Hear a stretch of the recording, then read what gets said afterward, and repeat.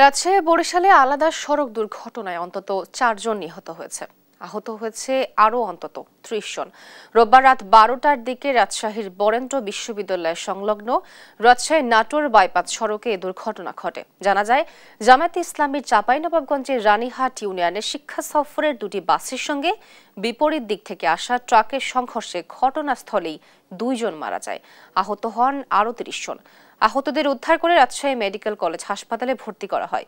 এদিকে মহাসড়ক পারাপারের সময় বেপরোয়া গতির গ্রিন লাইন পরিবহনের চাপায় জয় দত্ত নামের এক কিশোর ঘটনাস্থলেই মারা যায়। সোমবার সকাল ১০টার দিকে ঢাকা বরিশাল মহাসড়কের গৌরনদী উপজেলার বার্থির মোহাম্মদ আলী ব্রিজ সংলগ্ন এলাকায় ঘটনাটি ঘটে। বিকট আওয়াজ হচ্ছিল। আওয়াজের পরে আমরা দেখছি এদিকে এই বরন্দার সামনে ব্রিজের এখানে একটা গাড়ি উল্টে গেছে। এখানে দেখছি অনেকগুলা মানুষ ক্ষয়ক্ষতি হয়েছে। আমরা দেখলাম, এখানে এসে আমরা সবাই উদ্ধার করেছি। মোটামুটি ২০-২৫ জনকে আমরা উদ্ধার করেছি।